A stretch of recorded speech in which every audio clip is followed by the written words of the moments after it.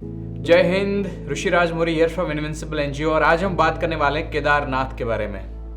अगर इंडियन हिमालयाज में summer track की अगर बात करें तो केदारनाथ एक नया सेंसेशन है। हर किसी को केदारनाथ जाना है, लेकिन इस वीडियो में हम बात करना चाहते हैं कि समर 2022 में आपको केदारनाथ क्यों नहीं जाना चाहिए। थोड़ा अलग सा टॉपिक है, लेकिन मैं आपको कुछ पॉइंट बताता हूँ ताकि आपको पता चले कि इस साल आपको मतलब समर में केदारनाथ जाना थोड़ा अवॉइड करना चाहिए।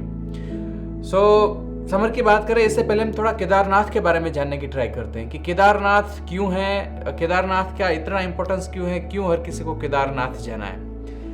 4 धाम की जो हिंदू परंपरा के अनुसार जो सबसे पवित्र यात्रा धाम होते हैं, इसमें से एक है। मतलब 4 धाम में से एक धाम है केदारनाथ धाम।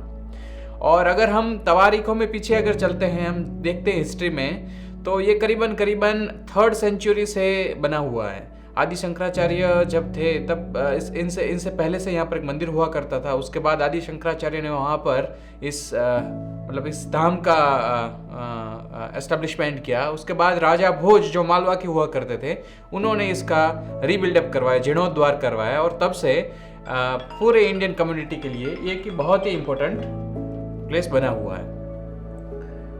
दूसरी बात करें कि टाइम टू टाइम हिमालयाज की अगर बात करें तो जो आइस एज जो है वो आता रहा है। मतलब कुछ साल के बाद एक टाइम पीरियड ऐसा आता है जहाँ पर ठंड बहुत बढ़ जाती है। आइस का जो कवरेज है, जो ग्लेशियर्स है, वो काफ़ी लंबे एरिया तक, काफ़ी नीचे तक आ जाता है। ऐसा ही एक आइस एज था करीबन 1300 एडी, मतलब ईस्वी सन 1300 से लेकर ईस्वी सन 1900 तक का। और इस टाइम के ड्यूरेशन में केदारनाथ धाम वो पूरी तरह से बर्फ के अंदर था। मतलब वहाँ पर कोई जा नहीं पाता था और वो पूरी तरह से कभी बाहर नहीं आया। और 1900 के बाद वो धीरे धीरे जो आइस का जो लेयर था वो पीछे चलता गया, और उसके बाद लोगों ने वहाँ पर फिर से जाना शुरू किया। पुराने टाइम में जब इतना अच्छा ट्रांसपोर्टेशन नहीं हुआ करता था, तो लोग जब अपनी सोशल रिस्पॉन्सिबिलिटीज खत्म कर देते थे, 50-60 साल की एज पे जब पहुंच जाते थे, तो 4 धाम की यात्रा पे चलते थे। और जब वो सारे लोग यात्रा पे चलते थे तो गाँव में उनको एक बड़ा सा विदाई समारोह दिया जाता था, क्योंकि अक्सर 50% लोग, 50% लोग कभी भी उस यात्रा से वापस नहीं आ पाते थे। रीजन बीइंग कि ये बहुत ही टफ यात्रा हुआ करती थी और वो जंगलों से गुजरते थे, रास्ते उस टाइम पे नहीं थे और वाइल्ड एनिमल्स वगैरह का खतरा रहता था, तो वहाँ तक पहुँचना बहुत ही मुश्किल टास्क माना जाता था।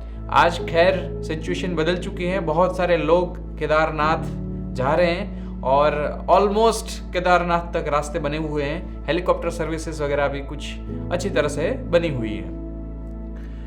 अब बात करते हैं उस इवेंट के बारे में जब केदारनाथ में एक फ्लड आया था, और उस फ्लड के हिसाब से पूरे उत्तराखंड का नक्शा ही बदल गया था।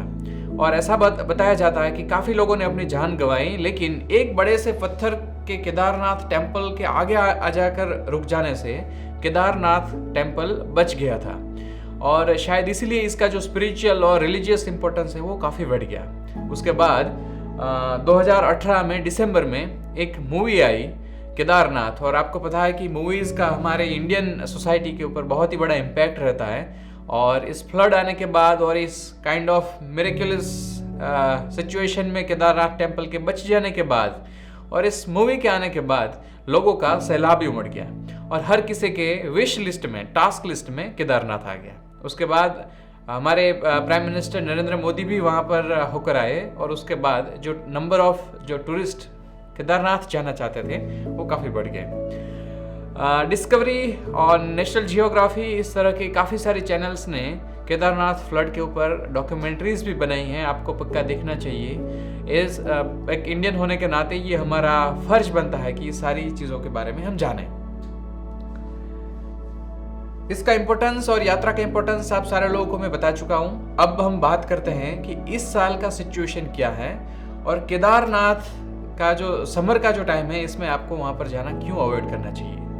दरअसल इस वीडियो को रिकॉर्ड करने का एक रीज़न ये भी है कि इनविंसिबल ने केदारनाथ की जो समर की सारी बैचेस थी उसको कैंसिल कर दिया है। 15 जून तक इनविंसिबल की सारी बैचेस जो सारी ऑलमोस्ट फुल थी, उस सारी बैचेस के पार्टिसिपेंट्स को हमने इस बैच के लिए, मतलब इस केदारनाथ ट्रैक से कैंसिल कर दिया है।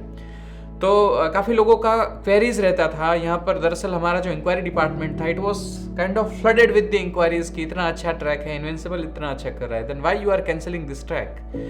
सो अप्रैल के फर्स्ट वीक में हमने एडवांस पार्टी भेजा था। ये हमारा काम करने का तरीका है। It is a tradition at Invincible कि जब भी कोई ट्रैक शुरू होने वाला है, इससे 1-1.5 महीने पहले हमारी एडवांस पार्टी, मतलब कुछ लोग वहाँ पर जाते हैं, वहाँ पर लोकल जो चीज़ें हैं उसका सर्वे करते हैं और उसकी अपडेट यहाँ पर भेजते हैं, ताकि जब ट्रैक शुरू हो तो जो ट्रैक में जाने वाले लोग हैं उनको कोई तकलीफ ना हो।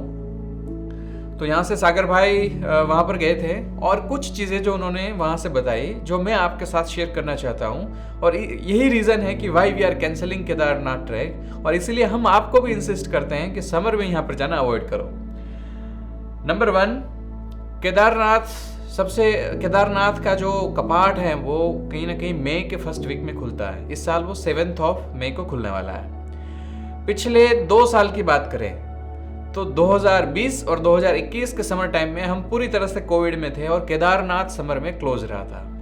इसलिए जो 2018 की मूवी आने के बाद 2019 में मोदी जी जाने के बाद जितने भी लोग जो वहाँ जाना चाहते थे, उन सारे लोगों का विश लिस्ट बनता रहा, लेकिन उनकी छुट्टियों में केदारनाथ बंद रहता रहा। Last year just end of the season, मतलब कि नवंबर में जब इसका कपाट बंद होता है, आपको मैं बता दूं कि मई से लेके नवंबर तक केदारनाथ खुला रहता है। It is not just summer की जिसमें आप जा पाते हैं, आप इसके बाद भी जा सकते हैं।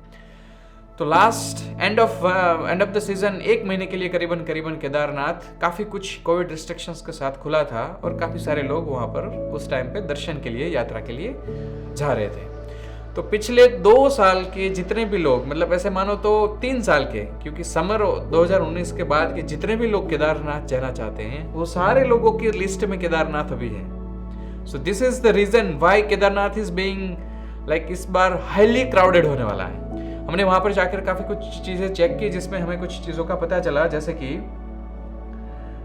हरिद्वार और ऋषिकेश कि जो जनरली जहाँ से ये हरिद्वार, ऋषिकेश और देहरादून से सारे लोगों का ट्रैवल शुरू होता है केदारनाथ धाम के लिए, वहाँ जितने भी ट्रैवल ऑपरेटर्स हैं उन लोगों को ये इतनी इंक्वायरीज अभी है, वहाँ पर इतना रश है कि उन्होंने ट्रैवल का जो रेट है उसको 2 से 3 गुना कर चुके हैं वो लोग। और फिर भी it is now totally packed, कहीं पर भी कोई भी टाइप का बुकिंग अवेलेबल नहीं है। और हमारे जो ट्रैवल ऑपरेटर हैं वो भी कंटिन्यूसली हमें फ़ोन करके बोल रहे हैं कि आप इसका बुकिंग रोक दो, क्योंकि इससे ज़्यादा हम आपको अकोमोडेट नहीं कर पाएंगे। नंबर 2 इज़ दैट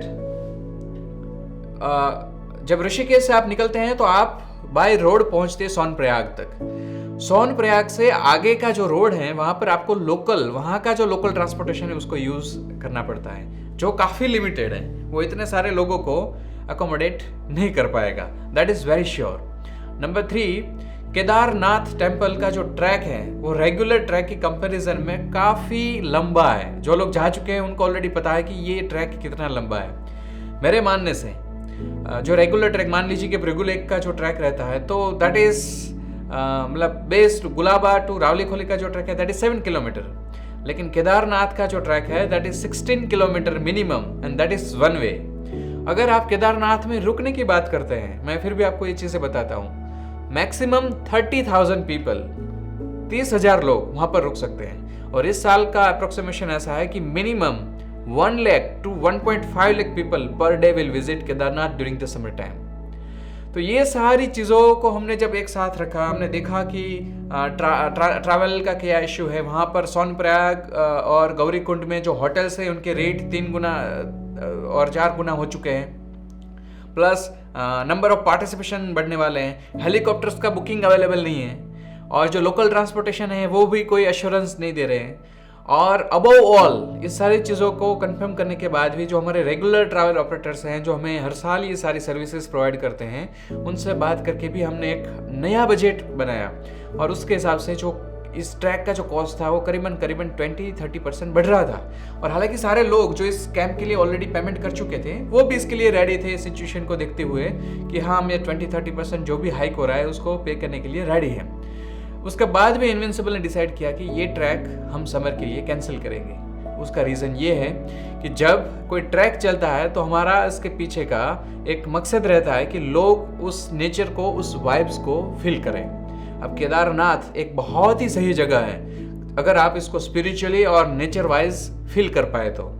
अगर उसी ट्रैक के अंदर दिन के 40-40 हजार 50-50 हजार लोगों की अगर रैली निकलने वाली है, जहां पर किसी को पता नहीं होगा कि कौन सा पार्टिसिपेंट्स कौन सी ऑर्गेनाइजेशन से जा रहा है और कौन किसके साथ है और किधर जाना है, there is nothing like taking a guide और गोइंग थ्रू अ रूट और anything like this.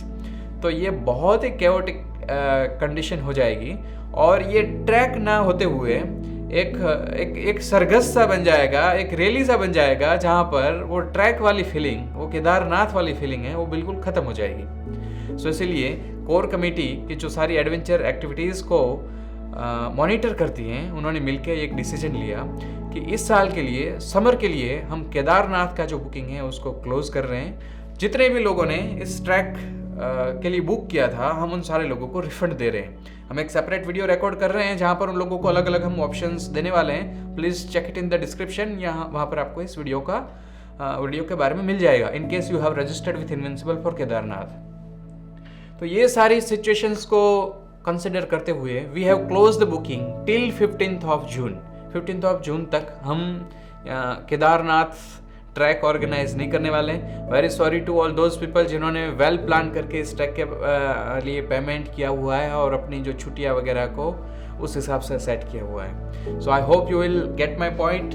The situation is going to be out of control for government and we are also expecting government to make something like screening, कि limited लोगों को वो लोग entry दे जो कि passes के हिसाब से, जब कोविड के ड्यूरेशन में पास इश्यू हुआ करते थे, ताकि सारे सिचुएशंस खास तौर से सेफ्टी वो बनी रहें। So we are expecting Uttarakhand government to take some initial steps to maintain the decorum and conduct the trek in the safe environment. So I wish कि आप लोग केदारनाथ यात्रा अगर समर में कर रहे हैं तो आपको कम से कम मुश्किल आए, और अगर पॉसिबल है तो आप केदारनाथ यात्रा को थोड़ा पोस्टपोन कर दें। अगर कोई भी क्वेरीज, अगर कोई भी क्वेश्चंस आपको लगता है कि जो आप मुझे पूछ सकते हैं, तो आप मेरे इंस्टाग्राम पे चले जाएं। It is at Rishiraj Mori. Invincible NGO का जो इंस्टाग्राम अकाउंट है, वहाँ पर भी आप क्वेरीज कर सकते हैं। It is at Invincible NGO. Thank you very much. See you in the next video. जय हिंद।